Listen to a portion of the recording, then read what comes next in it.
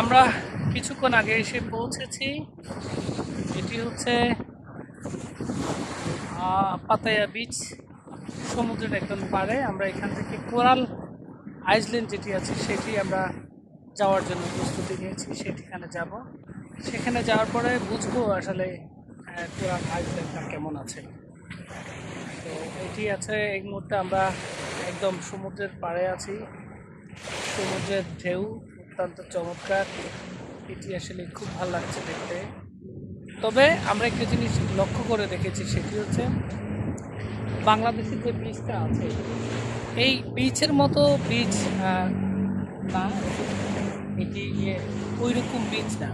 তবে আমার কাছে মনে হয়েছে বাংলাদেশের যে কক্সবাজারের যে বীজটা আছে সমুদ্র সৈকত, ওইটি অত্যন্ত সুন্দর, নান্দনিক এবং চমৎকার। এটি আমার কাছে মনে হয়েছে এখানকার তুলনায় আর কি।